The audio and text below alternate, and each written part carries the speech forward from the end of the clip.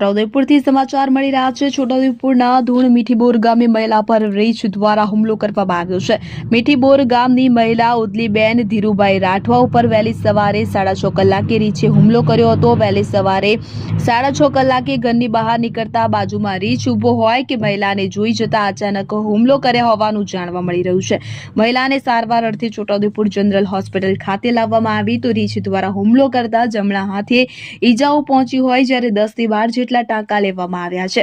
હાલ મહિલા સ્વસ્થ છે, પરંતુ રીંછનો હુમલો થતા સમગ્ર ગ્રામજનોમાં ભયનો માહોલ ફેલાયો હતો। જ્યારે સરકાર દ્વારા સહાય આપવામાં આવે અને આ વન્ય પ્રાણીના થતા હુમલા અંગે કાર્યવાહી કરવામાં આવે તેવી પરિજનોએ માંગ કરી છે। કઈ રીતના રીંછ કાઢ્યો? સવારે 6:30 વાગ્યાની આજુબાજુ ઘરથી ઉઠીને બહાર નીકળ્યા અને આપણે ખાલી 80 મીટરથી દૂર મારા ઘરની બાજુમાં રીંછ આ મારા બૈરાને હુમલો કર્યો અને જમણા હાથે બસકું કર્યું છે।